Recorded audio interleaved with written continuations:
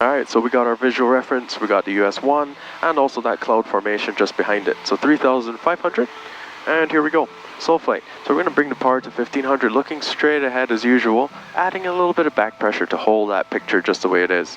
Confirming in the white arc, again, back pressure as you go, or forward pressure, excuse me. Keep your nose from ballooning upwards as you set your flaps. Be nice and patient, try to maintain the picture. Alright, so that's flaps 40.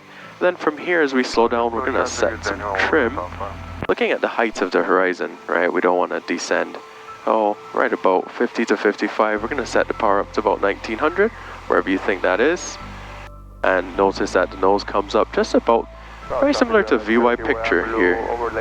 But with 2000 RPMs, we're going to get level at about 50 knots, just about where you want it. So the stall warning horn should not be activated in this maneuver. And we trim the airplane out for hands-off flight. We'll speed up a little bit by lowering the nose 1 finger width and just tickling in 100 RPM. I actually give myself a little bit of forward trim here. Alright, so hands-off flight.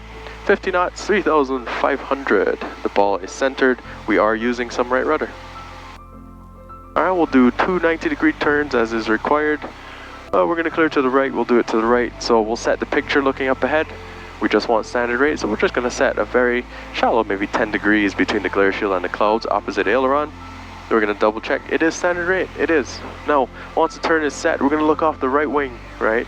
As we look off the right wing, we notice that the height of the clouds is not really changing very much, right? It's nice and steady.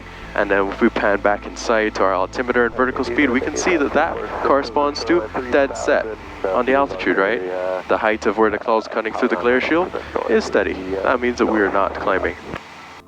Alright, as we get to here, we're going to relax a little bit of that right rudder, transition over to the left, wings level, and we're going to go left, 90 degrees as well. Setting our picture, checking the control, alright.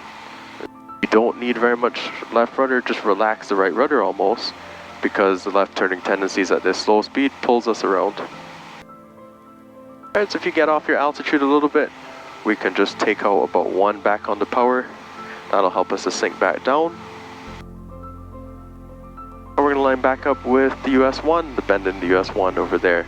So it's just about in line with that cumulus cloud in the background.